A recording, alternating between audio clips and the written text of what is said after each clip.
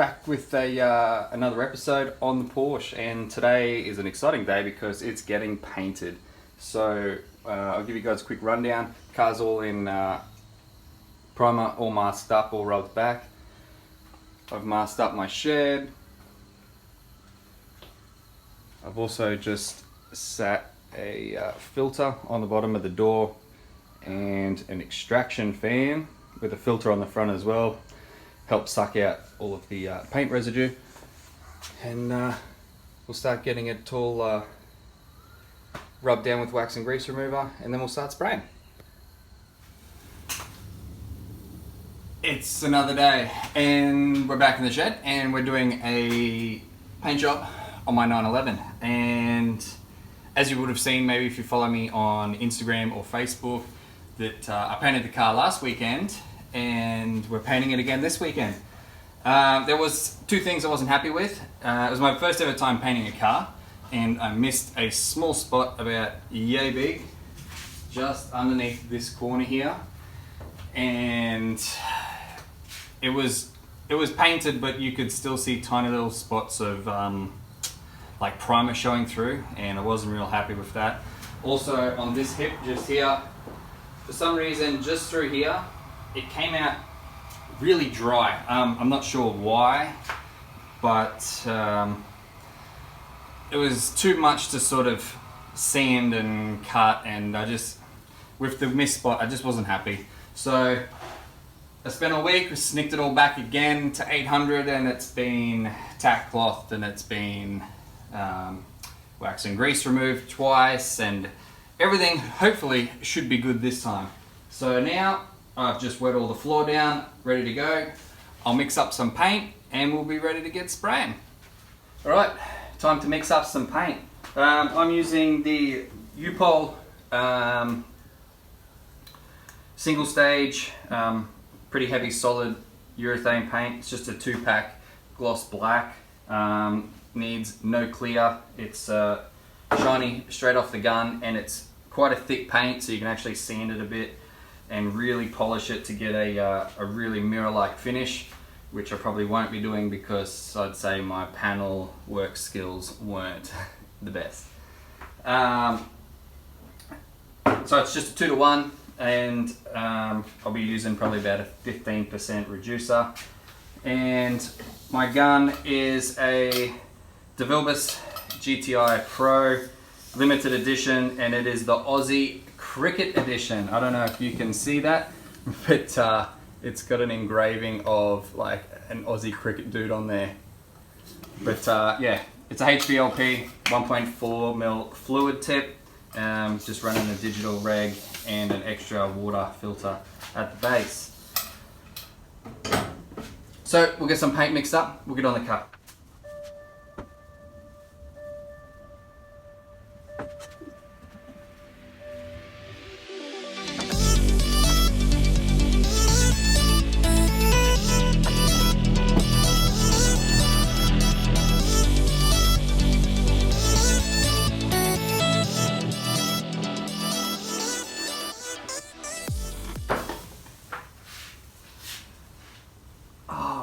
So it is such a hot day today. I'm going to be running probably 15%, maybe up to 20% reducer. It's like 40 degrees outside, so it's even hotter in the shed. We're in the hot tropical part of Australia, so probably not the best time to be spraying a car, but it's early in the morning and it's as cool as it's going to get. So let's get this loaded up and we'll get it on the car.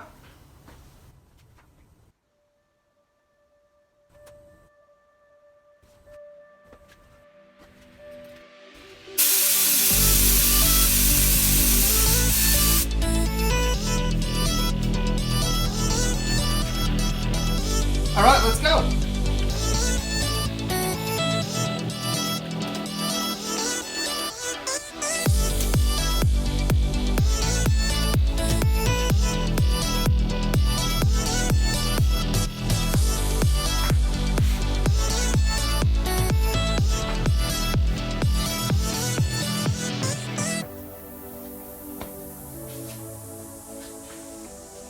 The hood stops the paint going in your hair.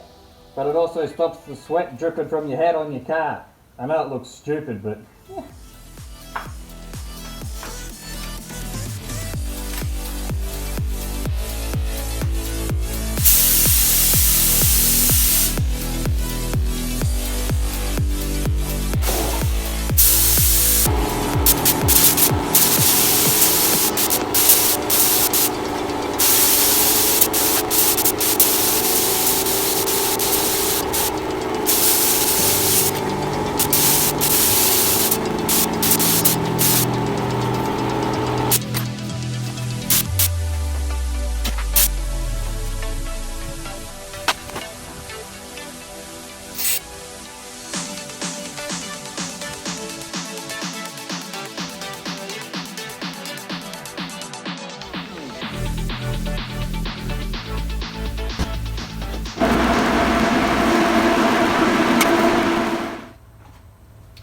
Alright, that's had 10 minutes to tack off, first coat.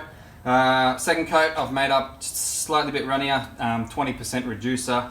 It's getting really hot in here and it'll just help it lay out a lot flatter and help stop that really bad orange peel that I also got on the first coat. So we'll get the fan on and we'll go again.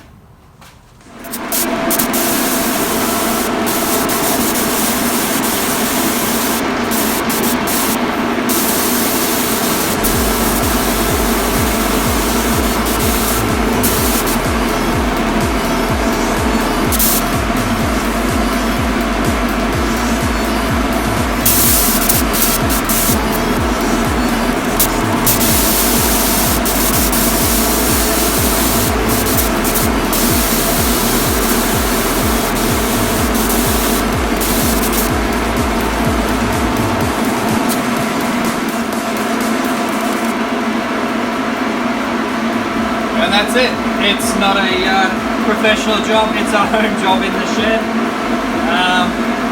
I'll let it bake for the day. It'll probably get to 45-50 degrees here in the shed, so I'd say by this afternoon it'll be dry enough to touch and push and do everything like that. So we'll leave it do its thing, and I'll come back and I'll show you guys later on how it turned out. Just finished the last of the Porsche parts. Nice and shiny.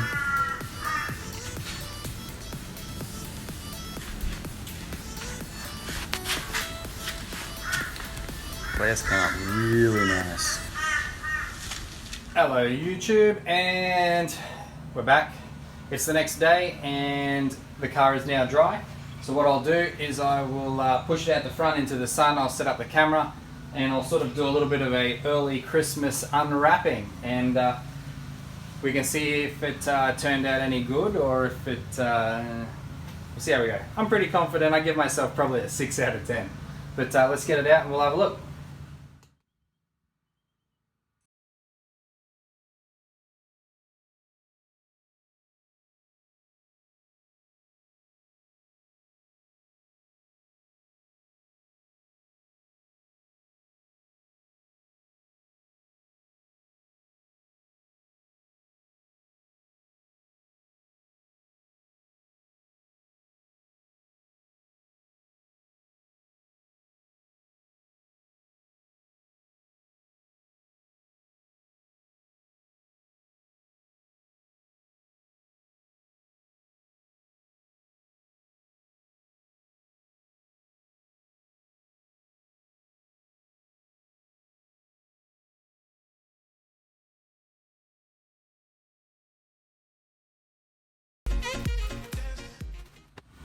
Alrighty, and this is it.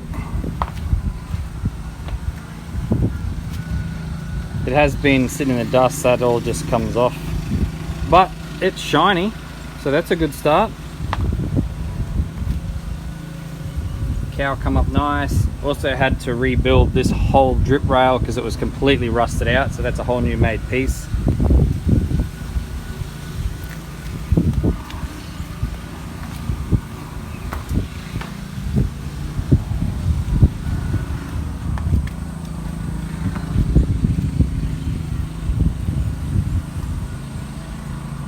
Nice shine, good reflection.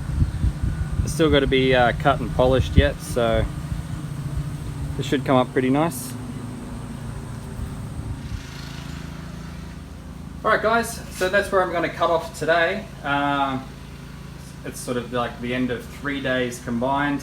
I'm pretty happy with how it all turned out.